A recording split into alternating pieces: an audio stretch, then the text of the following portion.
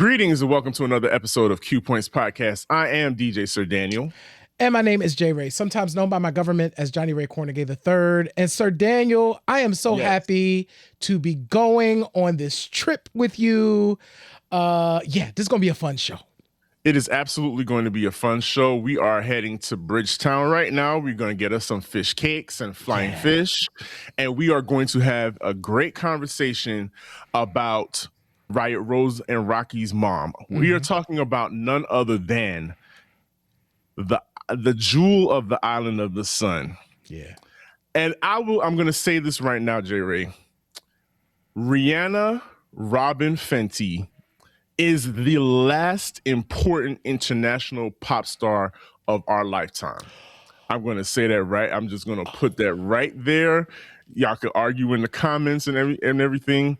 But J. Ray, we just want to take this moment and just discuss the importance and the impact of Rihanna on the pop culture landscape. And before we go any further, so I will say this. So Rihanna is probably the most recognizable Bajan female artist, but I want to give a salute to some very important people like Alison Hinds, who is the queen of soca music, Shontelle Lane, who is also who came along and was also in the vein of Rihanna as far as pop R&B, Tamara Marshall, Rosemary Phillips, and Shanta Price. I just want to give those ladies a nod.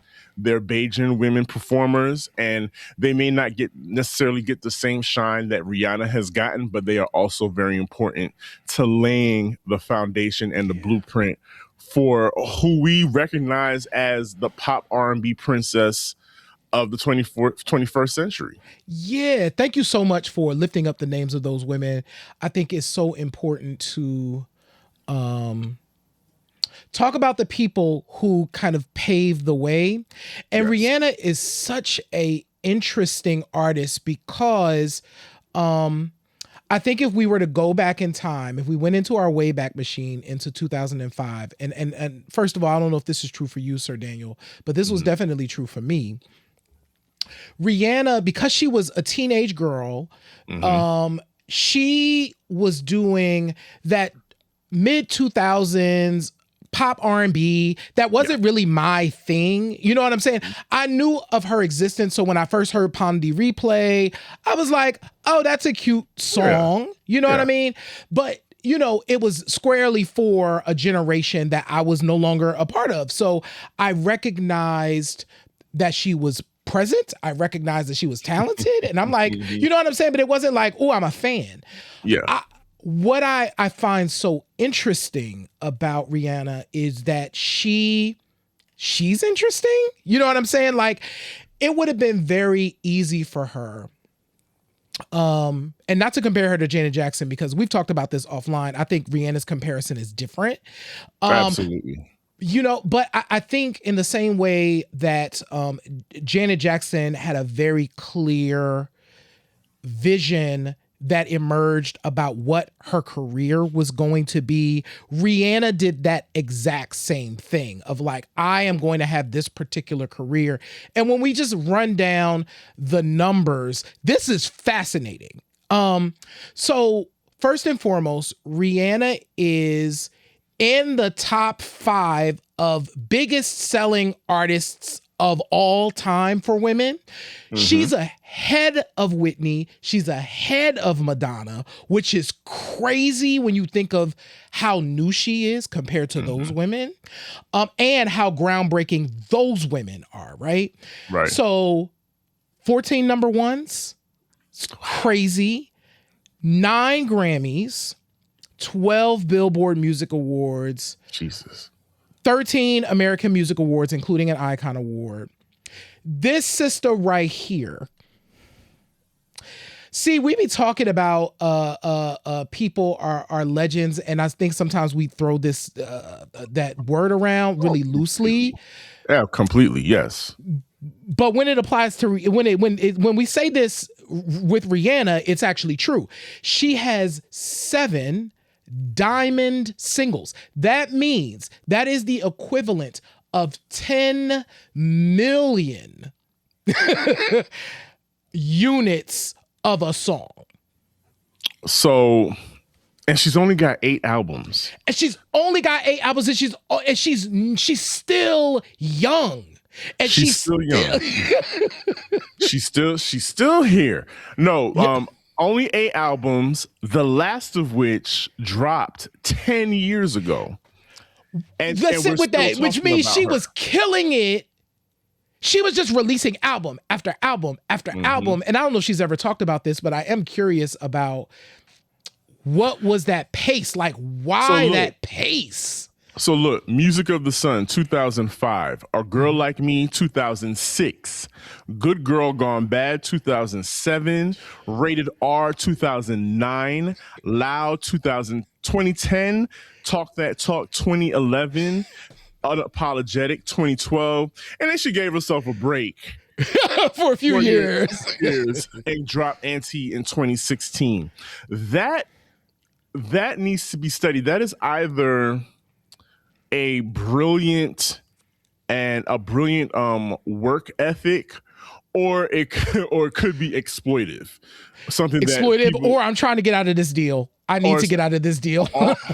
You know what we love to say on Q Points. Two things can be true at the same time. It could all be true at the same time, and I think that it has worked in her favor. I will say, so you mentioned Madonna. I have to say Rihanna is the direct descendant of Grace Jones and Madonna, in my opinion. I know, hands freaking down agree. When we talk about comparisons, those are the two that I would come with. Right. And it has to be said, so you made me think about the very first time I laid eyes on Rihanna was during it was an MTV Music Awards performance of A Girl Like Me. Was that no, it wasn't A Girl Like Me. It was from the Music of the Sun album. It was her very first single. Oh, Upon the Replay, or SOS was the other big one. Was it SOS? No, it wasn't. It was more. It was that it had the BDP sample in it. Oh, I can't remember, child. I don't know. So I wasn't listening to Rihanna back then. So she's performing on a beach, and she's got the trident, which is featured on the Bajan flag, and immediately, I immediately was like, "Is she Bajan?" Hold up, she's Bajan. Now that I was like, oh, wait a minute. Okay, let me hear her out, because as somebody who was also born in Barbados, Bajans aren't in the conversation a lot, especially when it comes to international pop stars or even in the conversation about international music. Bajans are kind of on the low. Everybody likes to talk about Jamaica, but Barbados is that girl as well. And we find that out when we're introduced to Rihanna. And even though she's not really, this is squarely R&B pop. There's little tinges of her Bajanness, I would say, that pop up in her visuals, her videos. And clearly when you hear her talk during her interviews, you can hear that chopped up Bajan accent. You know she's from Barbados.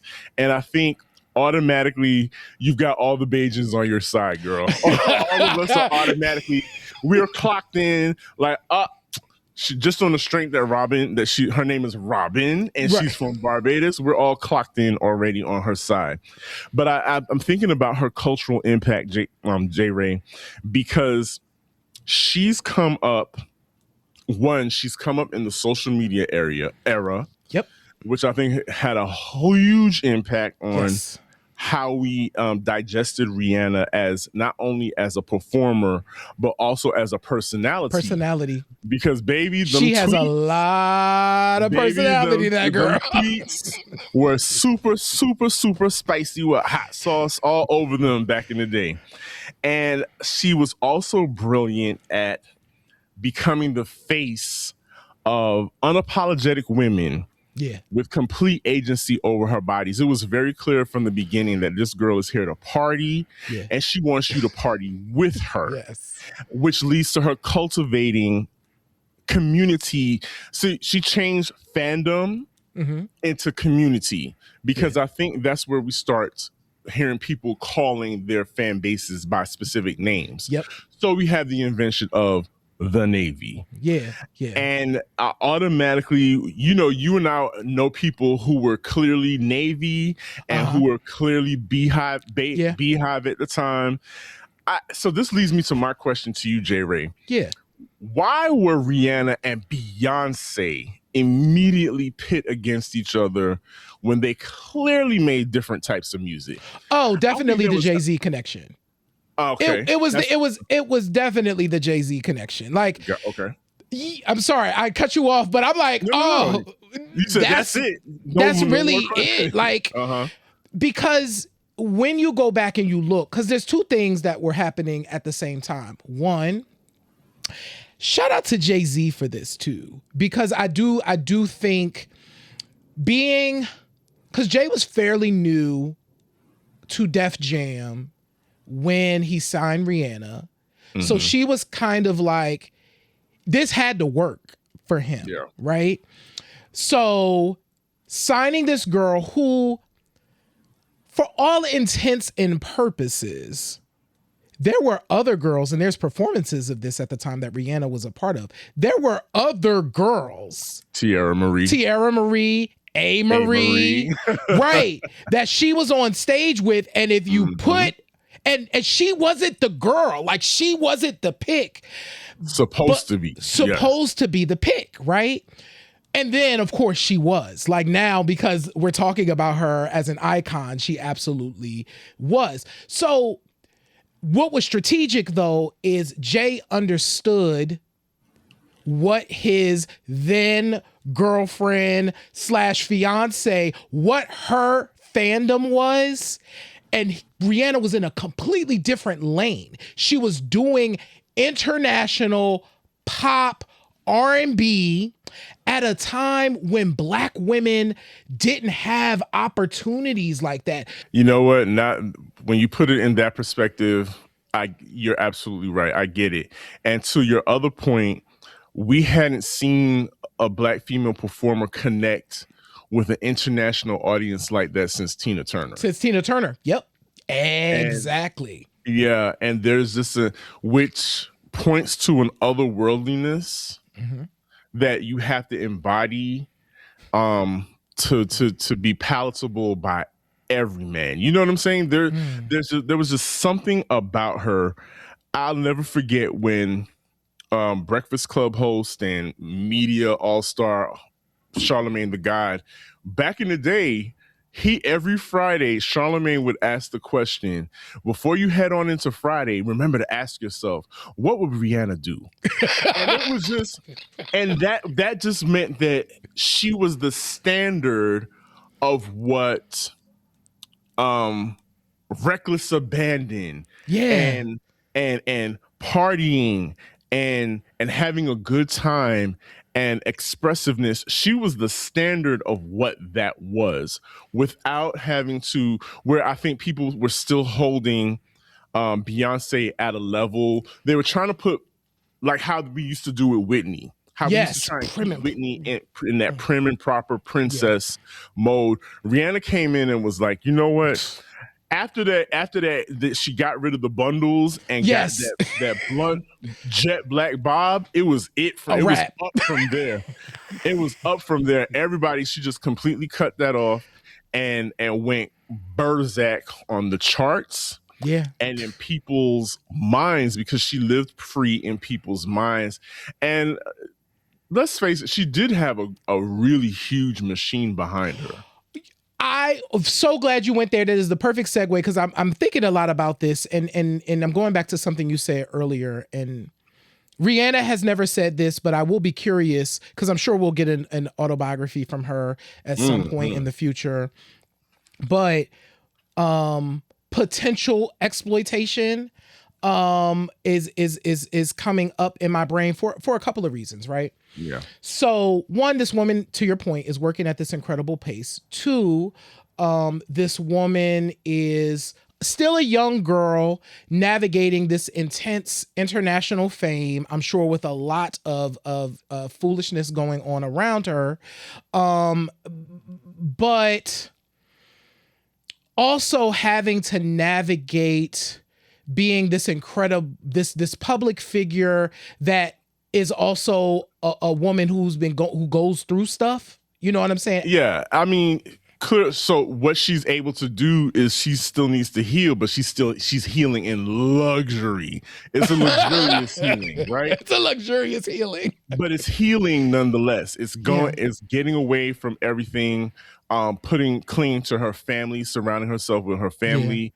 I know she spent a lot of time in Barbados, built a huge home for her, a compound for her family, all of that stuff. And I think that lent to her healing and putting things in a perspective to where she could navigate the rest of her career and say, you know what? I only have 2 more records on this contract. This is what I'm going to do. This is how I'm going to approach it, because we saw that. It's like we saw after that incident and the things that took place after it and the strategic moves. I really believed it was like, well, I'm looking at the end game here, and I think I've done what I want to do. And I think, which is huge for a performer, because a lot of performers, because of fame, and we all know how intoxicating fame is, a lot of performers aren't able to walk away from that and say, I'm cool on this aspect of being famous. The amount of, she's probably burnt out from being in the studio. She probably has oodles of music that hasn't even been heard yet. If she wanted to drop a project, there's probably some stuff in the can right now that she could just release and say, here, y'all take that, and have fun with it. But I think life, and what I referred to earlier about her understanding the agency that she has over herself and modeling that for other women, I kind of lifted her up in respect to the way other women viewed her, but also made her a target and made other women that came after her targets as well. Because if you notice the vitriol for women who present like a Rihanna, who present unapologetic and outspoken, now the vitriol has kind of risen for women like that, a la Meg Thee Stallion, who had her own run-in with a man with Bajan lineage, but we're not going to acknowledge him anyway. So, but so I think she it's a double-edged sword. She's this face. She's become the face of empowerment, but she's also set the stage for the women that come after her that say, you know what, this is the blueprint of how I want to present. I'm a badass. She literally has introduced us to baddie culture. I would say Rihanna probably created baddie culture in her own way. The best part of baddie culture, I'll say that, because baddie culture has also evolved into something else wild. But let's not negate the business acumen you had mentioned before. Jerry, I just want to go through the fact. I want to say that Rihanna is a university level course on the global impact of branding, on global branding impact. So you're talking about these people had to believe the fact that she could not only relate to, but entice people that they've created their brands for, these major luxury brands. They're looking at her as luxury. She is the standard of luxury and will attract people to those brands. And that there's not a whole lot of Black women in pop culture that can say that they have been a part of that. So I think I just had to shout her out for that dimension of her business acumen. And I think because of those endorsements and being a ground investor, an early investor in Uber and Tidal, which, you know, a lot of people Yeah. there's can be People, debated, is some people like debatable their right now. title. Some people still like Tidal. And the New York Liberty. You know, she's at the ground level of those things and investing in them. So I think those are important because it gave her the freedom to step away from the music. It is refreshing to know that there is the possibility. Rihanna is the possibility. Yes. For what happens when you work hard and do your things and you have the ability to just say, I'm going to do this now. And in her case, she is a mother. She is a partner. She is not pressed about giving us what we think we need. Meanwhile, Anti is a brilliant album. If that is her last album ever, the woman won. The woman just outright won by giving us an incredible classic period of albums, right? But the freedom, watching a Black woman who is able to say, you know what? I've been there. I have done that. I worked my behind off for this. I'm going to go be a mama to these babies and a partner to my man.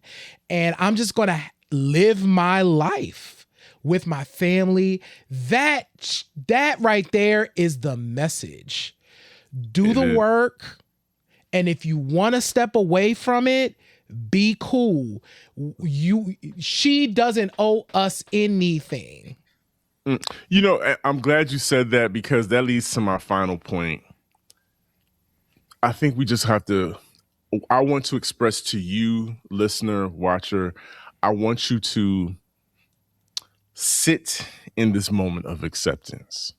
We all, I think, Jerry, I think you and Get I it in your body, and you need to embody I think we've this. had enough time to, we're settled with it. We're good. We're sitting in it. We're sitting in this acceptance. I think the rest of you all that still bring, and I think y'all are coming around, but the rest of you all that still want to ask questions about music and new music is that, listen, this lady gave us a Super Bowl performance, which was amazing. All up in the thing. While pregnant. And she gave us a performance of a lifetime. I don't care whether she was lip syncing or not. She sounded amazing. That performance went off. Listen, but so hear me out, guys.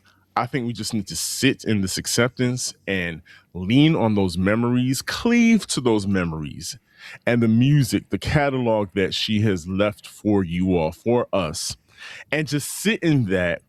And also, like J. Ray said, look at her as a not necessarily a blueprint or inspiration, a direct inspiration for you, but just look at the possibility. Rihanna is the embodiment of the possibility of what can be achieved when you just have the gumption and a whole lot of attitude and are able to put it in and make it work for you succinctly. Yeah. So yeah, I that's just the girl. She really is. She truly is that girl. I mean, she is. Again, like I said at the top of the show, at the top of this episode, y'all could argue about it. I think she's probably one of the last important international pop stars of our lifetime. Yeah. Nope. Absolutely agree. And what I love about this conversation too, Sir Daniel, is we talked about this. Rihanna is outside of the generation that we typically talk about on this show. But what I love about her is she definitely stands direct in the lineage of folks that we do revere and talk about. And we also revere the work that she has done. So go, y'all, and play y'all some Rihanna. Go and find your Rihanna playlists and put them on. I Play used the to performances. Play the play the YouTube, performance. YouTube performances. That MTV performance where we, I think Kid Fury referred to it as the Pasa Pasa performance, where she was wearing, she just had on a do rag. Yeah. There wasn't like there wasn't a whole lot of choreography for her to do, but to me that speaks to the power of performance. She has the right amount of music, hits that stick like grits, and the attitude and gravitas to come out there and just have people behind her and just have a good time and do her songs, and people are like, that was the best performance of the evening. Perfect. And I'm not just saying that because she's Bajan and I am too, but go ahead, Jerry. I'm sorry. So some things that y'all need to do. If you can hear our voices, see our faces, go ahead and subscribe to Q Points. Go one step further. You can subscribe and become a member, Q Points Insider, and you can do that on our website. We would appreciate that. So insiders help us to be able to keep this thing going, keep this thing running the way that it run. It keeps that website going. It keeps all of these things that we're able to do. It allows us to be able to do them. So your support would be greatly appreciated. Check us out on Substack. We got a whole bunch of content on Substack for you to check out in addition to the show. And you can shop our store at store.qpoints.com, where you can pick up t-shirts and hoodies and mugs and all the things. We just appreciate y'all and we love y'all. We sure do. What would Rihanna do? Rihanna would drop a bag on that donation button you see right now on Q Points Podcast. That's exactly what Rihanna would do. But what do I say? What do I always say at the end of every episode? In this life, you have a choice to donate. No, in this life, you have a choice. You could either pick up the needle or let the record play. I'm DJ Sir Daniel. And my name is J Ray, y'all. And this is Q Points Podcast, dropping the needle on Black music history. We will see you ponder replay. All right, y'all. Peace. Peace.